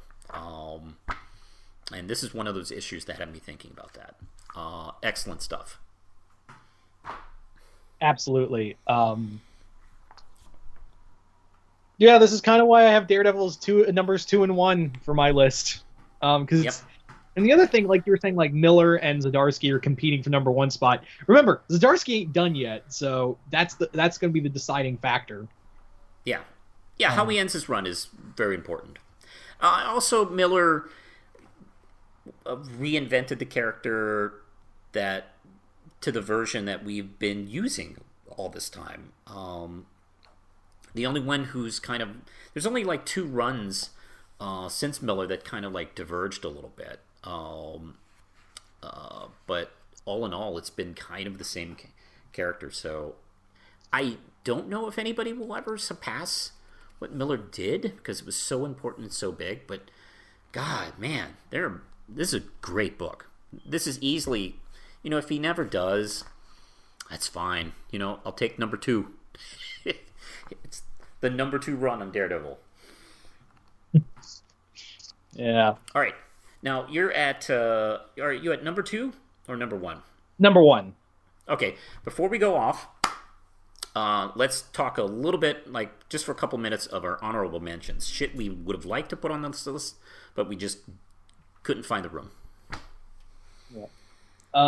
So for my honorable mention, I'm going with Harley Quinn, Black, White, and Red. Mm-hmm. And I'll tell you why for one story. It's from Sean Murphy's White Knight universe, which I was considering to put on this list because that's probably been the best Batman for a while. But for this issue specifically, it's just this nice issue of this version's Harley with her 2 kids that she had with the Joker in a house with their hyenas, and it's Valentine's Day, and she's writing a love letter to Batman, that she doesn't know how to send, and it's kind of heartwarming, and like this comic has made me go, yeah, why doesn't Batman fuck Harley?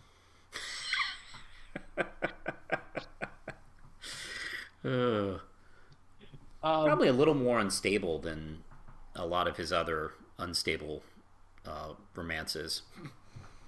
Well, I mean, like this version of Batman and Harley, because this Harley is actually because Harley and Ivy OTP, but like this makes you go, I kind of want to see Batman and Harley hook up. Like I want to see Bruce and Harley hook up in this universe. It's just such an adoring scene because she's like, look, you believed in me and we made, such a great pair, and it's not like I didn't think about it even when you and me were enemies. It's a sweet scene. It's a sweet comic. It's just a sweet story, and that's what got me into the honorable mentions with this one. Oh, that's great. Let's see, did you have any others? I feel like I did. I would say Venom, like any issue of actually no, like Venom number, I'm forgetting the number, but it's part of the Carnage Island story arc where Eddie is dealing with, it's kind of like Venom's Born Again in a way. Yeah. I'm just forgetting the number, so yeah. That's okay. Let's see. For me, I have a couple that just almost didn't get there. Like I didn't have any X-Men on this list, and I almost had a couple of X-Men books on the list. Like issue 16, which is the Mystique issue, where she demands her wife resurrected. The X of Swords event, which was very good, by the way, and I enjoyed that quite a bit. That almost made the list. Hickman's Decorum had to substitute for that, but there was so much good stuff. Daredevil, like I mentioned, there were 4 other issues I almost put on here. The Daredevil annual, where Mike Murdock becomes a real boy, which is normally a story trope I would not have liked, but he made me like it. Also, this is the first year in a while I haven't had an issue of Miss Marvel or Captain Marvel on the list, and they had really solid years. They were just, the choices I had from each series kind of got pushed out this year. So, yeah, I mean, like, I almost put them on, but like, Immortal She-Hulk was too good. Mercy was too good. Like, I just didn't have the room for it. But like, God, just about everything they've put out this year has been really good. I particularly like the Captain Marvel story arc with her newly discovered sister, I thought was really good. That was tie-in to the Empire event. And there's a simple, fun game night episode where she has a game of cards and beer with the Thing and Wolverine and a couple other Marvel heroes. And she forgot she invited Miss Marvel, who's a fucking teenager. And she hears game night. She brings a bunch of board games. And she walks in and they're all drinking and smoking. It's like, oh yeah, she's like a teenager. So they go and do a different game night for that. That's a really cute issue. And also with Empire, I really enjoyed Empire. I know it's not the most popular, but I dug it a lot. And there was a couple issues in that I just really enjoyed it. I almost put it on this list, but like so many of the others, I could not fit it in. But they were definitely worth checking out. Definitely worth my recommendation.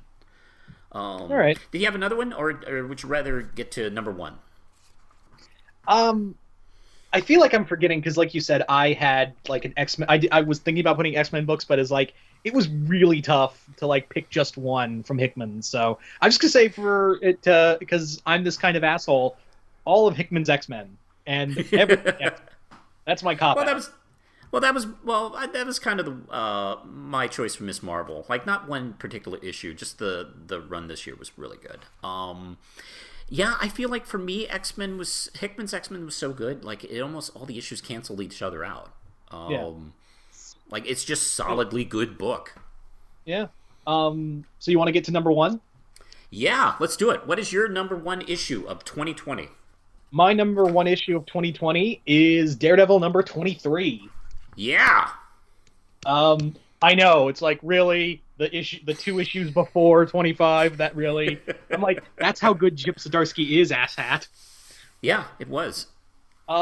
This comic pretty much is like a Daredevil is getting arrested, and he's basically showing that, I love the moment where he just, like, it's straight up like Batman Year One, where he just kicks open the meeting with the Libras and Fisk, and he's like, good evening, gentlemen. I understand that I'm going to be arrested soon, and you guys think it's going to be okay and run around, but here's the thing. It's not going to stop me, and it's not going to stop him.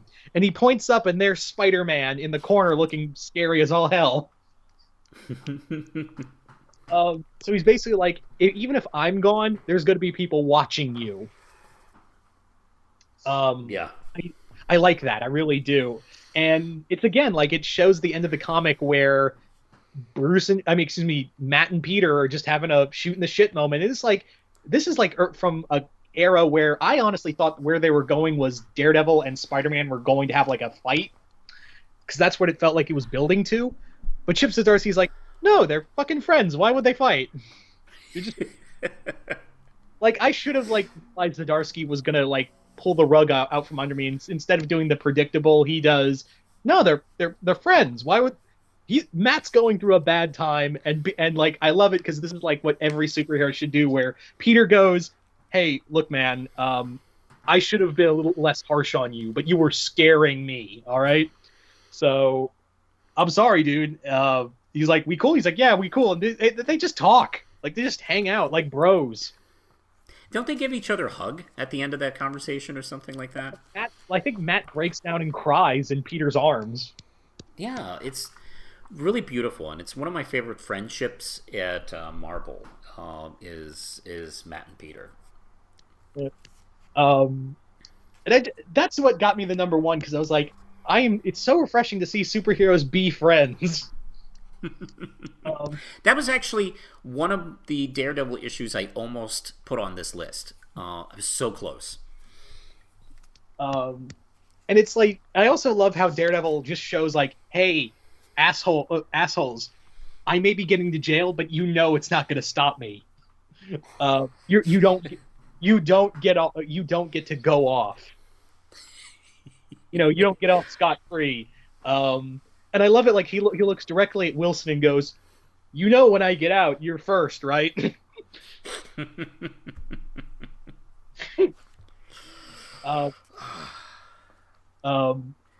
It's just like, and it's so weird because again, like we've been reading the comics from the beginning of the storyline, and we've seen like Peter and him like on the rocks. Like Peter goes, "Dude, if you cross that line, you know I can take you down, no problem, right?" And then he calls his bluff. And I love that Peter, because you know what, some people, and I think even me, brought up the fact that Peter has accidentally killed someone years ago in Oh yeah, Spider-Man versus Wolverine. yeah, And he brings it up. He brings it up. And he goes like, you know, that's kind of me projecting, and I was thinking about that when I heard about you, and, you know, that just stirred up feelings like, oh my god, it's so good. Yeah, I was like, they actually referenced Spider-Man versus Wolverine. And it's funny because it's like, it's such a, and he also has like, again, like you said, this moment where Peter goes, dude, I was just projecting on you because it was just like, oh my god, it's happening again. So I'm sorry, Matt. Like he has the balls to say, I'm sorry, Matt. I should have I should have been calmer with you. And I'm like, oh my god, they're having an adult conversation. It's so good. Oh, you know, I'm so used to characters not having adult conversations, so when they do, it just feels so revolutionary. And Zdarsky, like, he is one of the unsung heroes for Spider-Man writers. Like, I was, if it came out in 2020, I would have put an issue of Spider-Man life story on here. Oh yeah, I definitely did. I think it was on my 2019 list. It's such a good book. I hope he gets to write Amazing Spider-Man after Nick Spencer is done. Yeah, not to say Nick Spencer's bad. His run is actually entertaining. Yeah, I love Nick Spencer's. I mean, shit, one of his issues is on the list this year for me.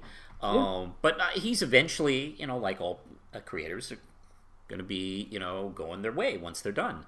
And I would hope that somebody at Marvel has Zdarsky in mind, like once that's over. Yeah. But honestly, like after seeing Daredevil, I'm like, Zdarsky can literally write a paper bag and he'd be amazing.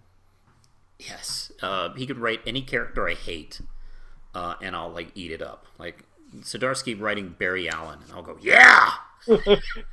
so let's do it. So Chip Zdarsky presents The Century Rebirth. Oh man, I'd be so about it. Anyway, so there's my number one. Fantastic choice. And that was literally, boy, that was one of the ones that I almost picked for my number two. Great book. All right, here we go. For my number one choice, I really love this title, and I think for the last few years I've normally had this somewhere on the list. But I believe this might be the first time it's been number one. And it's from Teenage Mutant Ninja Turtles, the IDW series. And, wow. Okay. Yeah. I have loved this book for a long time. I think it's the best Ninja Turtle thing that's ever been created.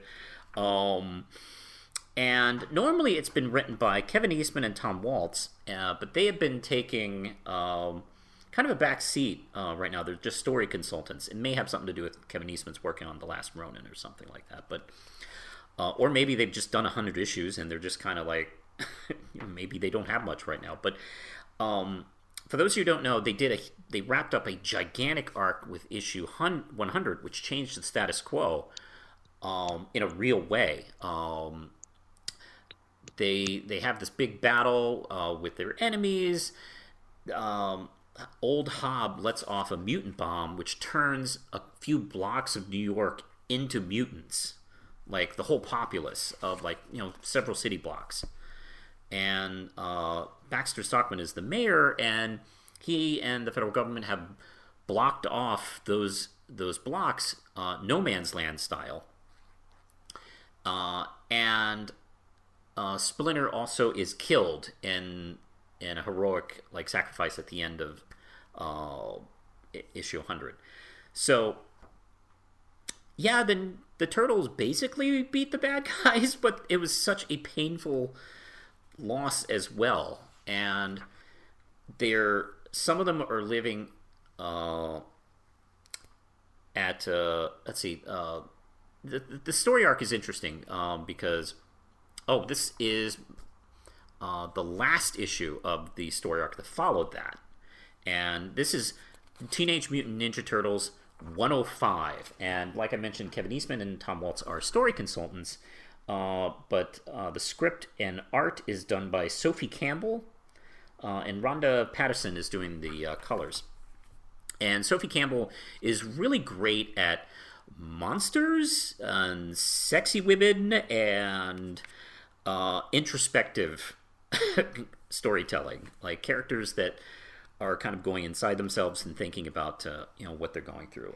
She really excels at those things, and this arc has been dealing with the ramifications of what happened, and the people in Mutant Town are kind of trying to recover, and things have been like disintegrating. Like the government is supposed to be like sending in food and supplies, but they're getting thin. Hobb has been like policing Mutant Town and kind of stealing stuff, for his gangs. So people are getting starving, people are getting poorer, and it's getting colder. The Ninja Turtles are living at April's parents' house just outside the city. And they're all dealing with the situation in different ways.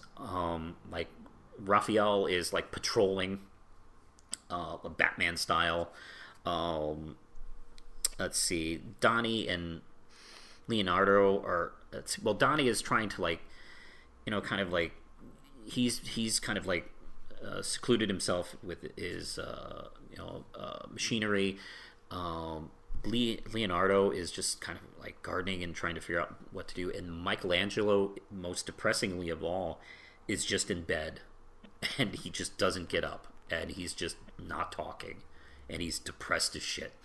And Janaika, the fifth turtle, is doing her best helping people at like food, like soup kitchens, trying to see how people are being taken care of, doing her best within Mutant Town. And they're all like five dealing with this in different ways. And these issues, I think, in 2020 during COVID really hit hard, and they were written before, so this is kind of just a coincidence. But boy, man, this is the most 2020 feeling of any arc. This shit has gone down. You don't feel like anybody's helping you, and you're just losing yourself in depression. And issue 105 I chose because it's the last issue of this arc, and it's when things start coming back together.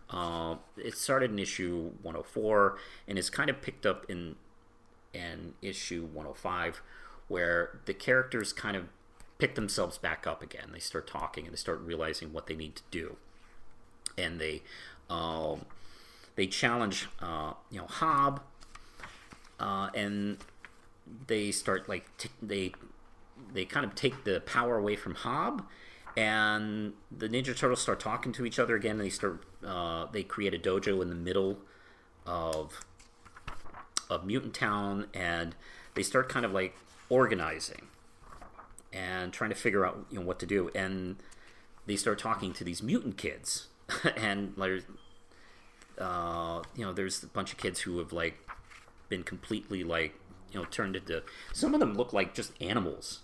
They don't even look like people animals and mutants and stuff like that. And there's this one little girl who's this like white turtle that they've started to befriend, Lita. And after everything's kind of starts like coming together, there's this rock band that lives in Mutant Town that puts on a show, and it's led by this plus size punky pig girl. And they all, after like starting to work together again and put things together, they decide to just go and celebrate, and like, hey, we've been through some shit, and we're still here, and we're gonna figure things out, and we're gonna start putting things together. And it's a very kind of healing issue, and it was 1,000% what I needed to read this year. and it's really touching and beautiful, and I love every page of it. The art is just gorgeous, as always, and the characters are all into each other, and you just see things coming together for all the characters. Absolutely loved it. I was very, very touched by this issue. So for me, Teenage Mutant Ninja Turtles 105 was the best comic issue I read in 2020. That's awesome. Wasn't that also the last issue before the lockdown? Actually, this issue came out after the lockdown. Like, I think 104 was the last. I can't remember. The lockdown interrupted this arc, actually. Oddly enough, and this was like the first or second issue I read after IDW was able to start shipping again. So, spring, summers when I read that. Okay. So still pretty deep into the lockdown. Like many, I was living through a quarantine, and my job had shut down for 5 months, like in the middle of the year. And it was 5 months of just sitting around and trying to figure out what to do with myself and cope with my own panic and depression, like I'm sure a lot of people were doing. And I really felt like this is what I needed to read. Yeah. I didn't get to. I have been able to read a lot of the TMNT like single issues because there's so much continuity packed in there, and it's just I only have so much money. Yeah. So that's what keeps me from reading some other books. So I totally understand that. Yeah, but no, that's really cool. I think that's a nice little way to cap off that shit show of a year. Yes, it was. And as soon as I started putting this list, my first thought was maybe putting it on the list somewhere, and then maybe number 2. And I was like, you know what? No, fuck it. This was the most important issue I read this year. So it was number 1. It was after some thinking, it became an easy choice for number 1. So, yeah. Hey, that was my list. That was your list. Any final thoughts? Fuck 2020 and no, just fuck 2020. Yeah, fuck 2020. But thankfully, one of the bright spots of the year, which is not a big deal for many, but I mean, it was helpful to me emotionally that there were some really great comics this year, and nice a lot of good stuff. It's nice to know no matter what happens, there'll be people on bright spandex saving people in comics to make you feel good. That's right. Art does heal, and it definitely made me feel better a lot during these last 12 months. I'm hoping 2020 will be a nice rebuilding year for most of us. I hope we can kind of see the light at the end of the tunnel. Hopefully it's not a train, and we can... and we're not Wile E. Coyote. Yes, that's right. And hopefully this year can be more like Teenage Mutant Ninja Turtles 105 instead of Teenage Mutant Ninja Turtles 100. So that's pretty much what I'm feeling. Hey, we've been talking for a minute about comics we love. What comics out of 2020 did you read this year, and what did you like? Let me know in the comments below. Is there anything that we missed, or do you share our opinions on how great these fantastic comics were? Let me know. It always helps my algorithm if you like, and just liking helps, or commenting. I don't know how algorithms work, but I know if you do something, it helps. So I appreciate that. You can, of course, check us out. You can check my friend out on Mr. Multiverse, his YouTube channel. You can find me on social media. I'm on Twitter, Facebook, Tumblr. I started a TikTok. And let's see. Of course, I'm doing a Kickstarter for Red Knight 5. Please support the book because I ain't rich like Marvel. I would love Boom Studios money. That would be great, but I don't have that. So I'm producing Red Knight 5 for this month, so please support me. All these links will be in the video below. So is there anything else you'd like to add for this year? Besides, actually, what you just said, I guess that's enough. Yeah. Just be good people, as James from Deadbeat would say. I agree. I like that feeling. We'll end it on that. Be good people, and have a good night. And I hope you enjoy some comic books. We love you. That's coming from me and Mr. Multiverse. Say good night, Mr. Multiverse. Good night, Mr. Multiverse. Wait. All right, take care, guys. Bye.